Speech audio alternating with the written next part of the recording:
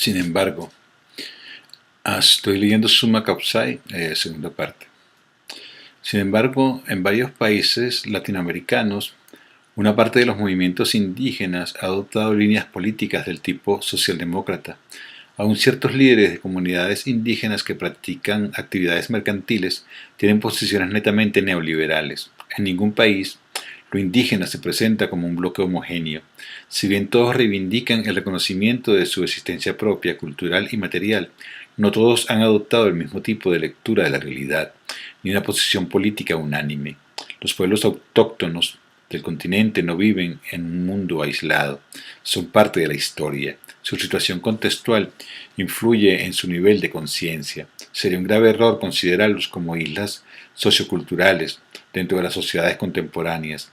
De allí se desprenden las diversas interpretaciones del buen vivir, que van desde las tendencias fundamentalistas hasta las revolucionarias. Encontramos en las posiciones de los defensores indígenas del Summa Causai, así como en ciertos intérpretes no indígenas, una neta desconfianza hacia el socialismo. Estos actores critican el aspecto materialista del socialismo, que considera la naturaleza como un valor de uso y de cambio. Eduardo Gudinas, 211,9. Lo acusan de inscribirse finalmente en la misma racionalidad de la modernidad que el capitalismo y de proponer solamente desarrollos alternativos y no alternativas al desarrollo. Simón Yampara de Bolivia va aún más allá, afirmando que el hombre aymara no es ni socialista ni capitalista, Eduardo Gudinas 211,9. Y David Choquehuanca añade que se distancia del socialismo porque ese sistema busca satisfacer las necesidades de los hombres. David Cortes G. Wagner 211,9, haciendo alusión a la falta de consideración hacia la naturaleza. Es la razón por la cual David Cortes y Kate Wagner se pregunta si el buen vivir no significa finalmente una perspectiva utópico-emancipadora de tipo socialista. 211,2. De todas maneras, afirma que es un proyecto descolonizador. Ibn 7. Luis Maca, citado por los mismos autores, afirmaba en 2005 que se trataba de un proyecto alternativo de una nueva sociedad y de un nuevo desarrollo. Lo cierto es que el concepto de buen vivir tiene una afinidad con el manifiesto ecosocialista de Joel Cowell y Michael Lofgren, citado por la misma fuente, y no tendría que ser ajeno al contenido del socialismo del siglo XXI.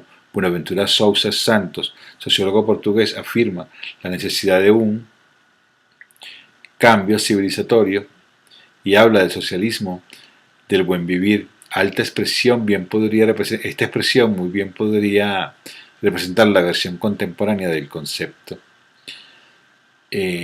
Socialismo del buen vivir. Evidentemente, cuando uno se refiere al socialismo real, tal como se desarrolló en Europa o a los modelos chinos o vietnamitas actuales, se entiende que los autores citados tengan sus reservas, pero es necesario superar esta visión demasiado elemental de un socialismo coyuntural. Marx afirmaba en los manuscritos de 1844 que el hombre es primero e indisolublemente parte de la naturaleza, y este metabolismo primitivo se redobla en el proceso de preservación de su ser. La constante relación del hombre con la naturaleza no es sino la relación consigo mismo. Carlos Marx, citado por Jean-Luc Corton, 899, 2.800. El mismo Marx escribía en los Grundrisse que fue el capitalismo el que provocó la separación entre el hombre y la naturaleza. Comillas. Con la aparición del capitalismo, la naturaleza cesa de ser reconocida como una potencia para sí misma, se transforma en puro objeto para el hombre, una simple cosa de utilidad, cierro comillas, Ibn. En el Capital, Marx decía, comillas, la dominación del hombre sobre la naturaleza es un presupuesto del desarrollo de la producción capitalista, cierro comillas, Ibn. Al contrario, para Carlos Marx, el comunismo es la reconciliación entre el hombre y la naturaleza, el retorno a la unidad. Es, comillas, la verdadera solución del antagonismo entre el hombre y la naturaleza, entre el hombre y el hombre, cierro comillas, Ibn 799-2. La armonía entre los seres humanos y la tierra estaba presente en el pensamiento de Marx, en su proyecto socialista. Es uno de los olvidos del socialismo histórico que debemos rescatar. De este modo, el Summa Causai no es el único portador de una crítica del capitalismo y de la modernidad en tanto proyecto ilusorio. En el mundo entero se nota la puesta en duda del desarrollo, la preocupación ambiental, la afirmación femenina.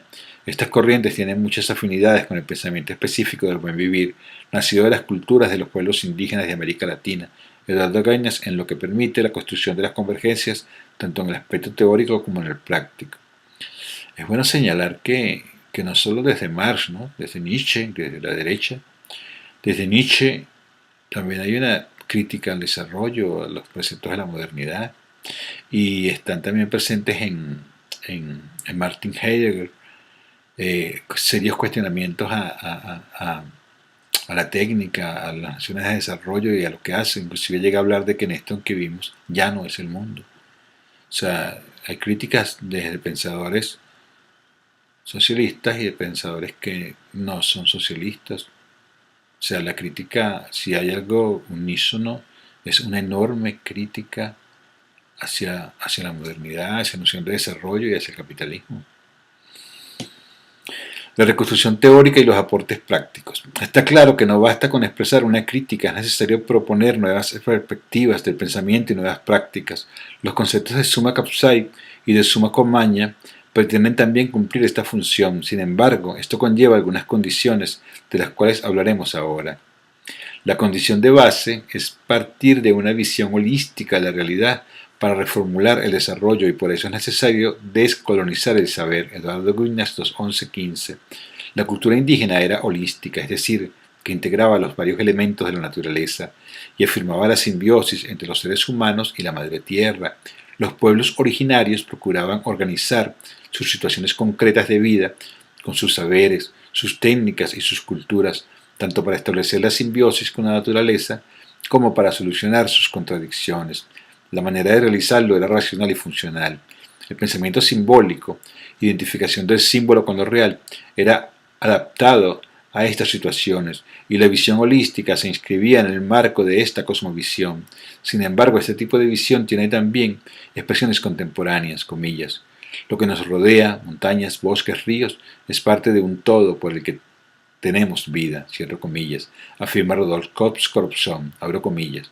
Son divinidades, agua, aire, tierra, universo, cuya energía es igual a la de los átomos que forman los seres humanos, cierro comillas, 2008,40. Los cunas de Panamá califican, por cierto que esos cunas de Panamá son los primeros en llamar a Villa Yala a lo que conocemos como América. Los cunas de Panamá califican a los elementos de la naturaleza de, comillas, hermanos mayores, cierro comillas, porque existían antes que los seres humanos. Así se personifica la naturaleza y sus componentes. Se pide permiso a la Madre Tierra por todas las acciones destinadas a satisfacer las necesidades de la vida humana, pero que significan una, entre comillas, agresión, cierro comillas, a su integridad, como cortar un árbol o matar un animal, idem, 41. Tales representaciones tienen su lógica en circunstancias históricas precisas de la sociedad y de la cultura. Es difícil percibir si son parte de una expresión de lo real, reproduciendo el pensamiento ancestral en función de la exclusión económica y social de los pueblos indígenas, o si se transformaron en alegorías de alto nivel poético, capaces de explicar la relación privilegiada entre el hombre y la naturaleza y, por consiguiente, de motivar las acciones de protección del ambiente y el compromiso político necesario. De todas maneras, como lo afirma Myron Vollmar a propósito de los pueblos indígenas de México, comillas, la existencia propia de los pueblos autóctonos de la madre tierra, indispensable a la vida, los inducía a protegerla hacia una economía saludable. Myron Vollmar, 2011, 481. Sin embargo, para abordar el tema del capitalismo y sus efectos ecológicos y sociales negativos, el enfoque holístico puede también ser desvinculado del pensamiento simbólico e integrarse a un pensamiento analítico. Este último sitúa las causalidades de los fenómenos naturales, la vida de la naturaleza, incluyendo los seres humanos y sociales, la construcción colectiva de las sociedades, en sus propios campos físicos, biológicos y sociológicos. El enfoque holístico y el pensamiento simbólico no están necesariamente vinculados y se pueden adoptar el uno sin el otro. Esta posición es evidentemente ajena a toda calificación del pensamiento simbólico como irracional o a su prohibición en una sociedad pluricultural, pero tampoco se puede aceptar la imposición del pensamiento simbólico como la única manera de transmitir el carácter holístico de la relación entre los seres humanos y la tierra. El concepto el buen vivir significa rescatar la armonía entre la naturaleza y el hombre, entre lo material y lo espiritual, pero en el mundo actual, Construir el futuro es la meta y no regresar al pasado. Esto no significa una fe ciega en el progreso científico y tecnológico, ni en el desprecio de las sociedades ancestrales. Al contrario, un esfuerzo así exige la crítica del progreso, tal como la modernidad lo ha concebido, y un uso más amplio de los saberes tradicionales. No se trata tampoco de una valoración ética, como si el uno fuera mejor que el otro, sino de una perspectiva histórica capaz de condenar lo que llamamos progreso, calificándolo de mal desarrollo, y de apreciar los saberes. Lo que pasa es que esas dos nociones se bajaron del barco juntas. Son las nociones de los colonizadores. Y de apreciar los saberes y las prácticas materiales simbólicas de las sociedades del pasado. Hoy día, la tarea principal es el reconocimiento de una pluralidad en donde cada uno, con su pensamiento propio, pueda contribuir tanto a la crítica del capitalismo como a la construcción del postcapitalismo. Es interesante revisar a Enrique Duxel en Crítica de la Modernidad, en su Crítica de la Modernidad, donde señala que las nociones de desarrollo y las nociones de progreso llegaron a la Vía Yala junto con el segundo viaje de las carabelas. No el viaje primero de Colón como mercadero, sino el segundo viaje cuando vinieron con los soldados. Y no habían 3 calaveras, sino mucho más barcos y con cañones. Ese segundo viaje ya se bajan de allí la noción de progreso y la noción de desarrollo, porque es el nacimiento de la modernidad, y la modernidad nace del descubrimiento del Atlántico, la llegada a nuestra Vía Yala y el aplicar una racionalidad que les da el poder de conquistar para hacernos iguales que ellos, para desarrollarnos y para hacernos progresar. Esas dos nociones que se bajen de allí, las de que son mejores que nosotros y tenemos que desarrollarnos como ellos, y las de progreso y tenemos que progresar como ellos, mientras que nos están saqueando, están allí. Por tanto, sí no se puede hablar de mal desarrollo. El desarrollo es tal cual es y tal cual es debe ser combatido. Hay que combatirlo. La mayoría de los indígenas del continente no rechazan el carácter dinámico, histórico de sus culturas y aceptan aportes de otros pensamientos, incluyendo aquellos que provienen de la modernidad, con la condición de no ser dominados y humillados en el proceso. Ellos defienden la riqueza de la vida, el bienestar y el buen corazón. Pablo Manay Ramírez, citado por E. Guinness, 2,117. Lo que se traduce hoy por la unidad, la igualdad, la libertad, la solidaridad, la justicia social, la responsabilidad, el bienestar común y la calidad de vida. Estos principios se aplican en los ámbitos de la educación, la salud, la seguridad social, la vivienda, los transportes, la economía social, la conservación de la biodiversidad, la soberanía alimentaria, la planificación participativa, etc. Sin duda aparece aquí el carácter utópico del buen vivir, pero en el sentido positivo de la palabra, es decir, una meta que perseguir, un ideal que realizar. Sin embargo, esto que acabo de leer, no puedo dejar de señalar que todo esto que acabo de citar, ellos defienden el estado de bienestar. Todos sabemos lo que es el estado de bienestar, de dónde viene. Y esas cosas de igualdad, fraternidad, que cité ahí, eso viene del nacimiento de las repúblicas. Creo que lo del buen vivir tiene otro trazado, otra construcción, otra semántica. Digo yo aquí con mi mayor simplicidad, ¿no? Restablecer la armonía con la naturaleza. Hemos visto que la relación con la naturaleza tiene un lugar privilegiado en la visión del buen vivir. Por esta razón es importante investigar un poco más lo que esto implica. El punto de partida es el reconocimiento de la integridad de la naturaleza, que tiene un valor propio, independiente de la percepción y de la valoración del hombre. Eduardo Gaines, 211-242. La Tierra es más que un conjunto de materia. En ella hay vida, por eso se entiende el grito del indígena Uoc de Colombia, cuando frente a las actividades de extracción petrolera y minera que en su territorio dejan la selva destruida, los ríos contaminados, los suelos devastados, dice, eso significa matar la tierra. Esperanza Martínez 210-211. Pero no solamente hay vida en la naturaleza, ella es también fuente de la vida, incluso de la conciencia. La tierra es el espacio donde se reproduce y realiza la vida, afirma el Plan Nacional para el Buen Vivir de Ecuador, 2009-44. Es por eso que existe una simbiosis y no una separación entre los seres humanos y la naturaleza. Es una relación sagrada. Eso que dijeron los indígenas de Colombia también lo puede decir la gente de Maracaibo. Lo que hizo la ExxonMobil, lo que hizo la gente de Rockefeller ahí en la Shell, en Maracaibo, acabando con el principal, con uno de los enormes lagos de agua dulce y destruyéndolo para sacar el petróleo y llevárselo sin ninguna consideración hacia el lago de agua. Ya no hay el lago de agua dulce, Maracaibo ya no tiene un lago de agua dulce.